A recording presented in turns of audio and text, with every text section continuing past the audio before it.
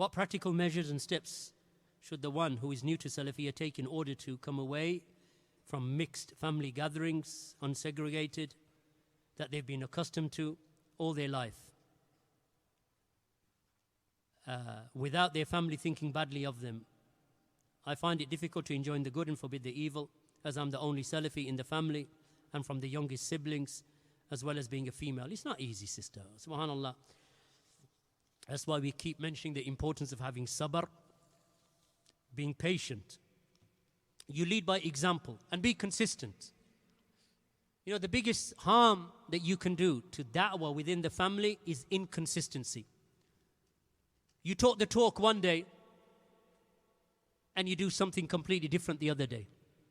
You see, the Amatun Nas don't understand the fact that you are calling to one thing and doing something else. Of course, a Salafi can say, okay, he's fallen short or she's fallen short, because human beings can fall short. But if you're standing there all bravado, you know, all of that big kalam about this is how you must dress and this is what you should not watch and don't go to the movies and don't listen to music and don't have mixed gatherings. Tomorrow your first cousin gets married and you're the first one there.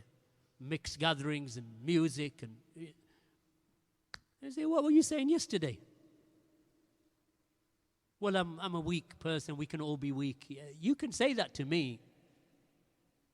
And you know, we understand it to a degree. Okay, you fell short. Make tawbah, make istighfar, whatever. But when they look at you, they say, look what she was saying yesterday. And they're laughing at you.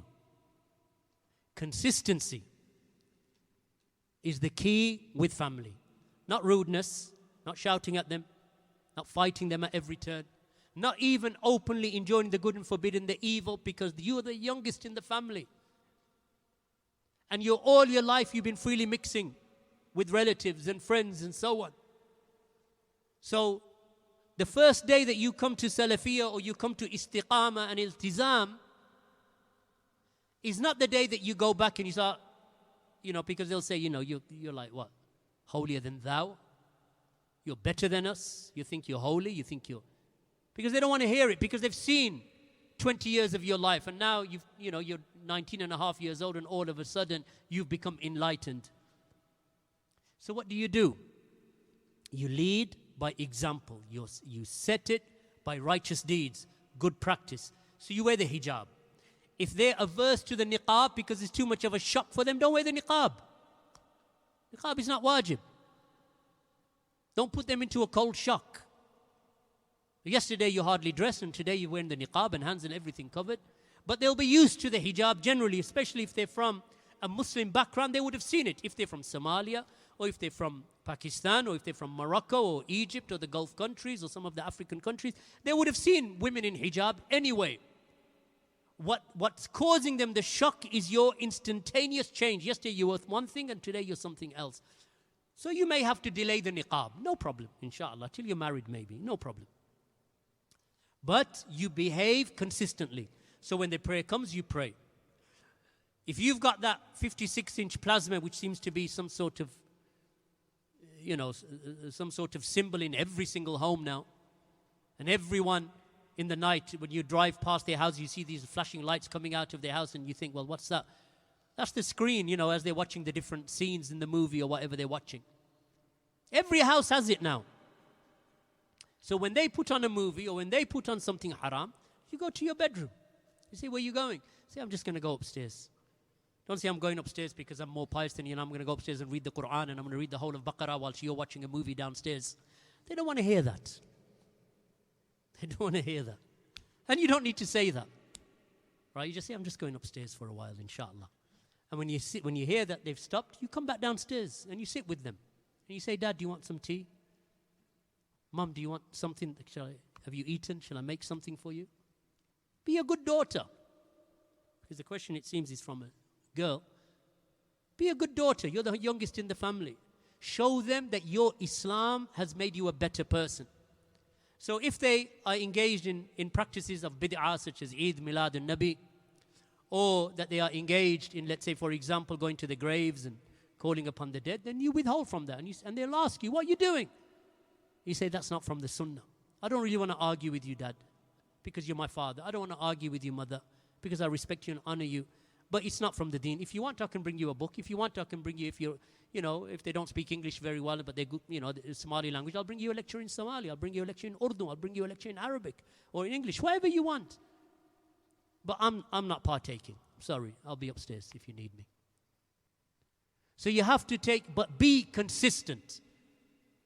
If there's a wedding and you say to them, there's a wedding, I can't go to the wedding because they're not segregated. And they're probably going to have a band on stage singing.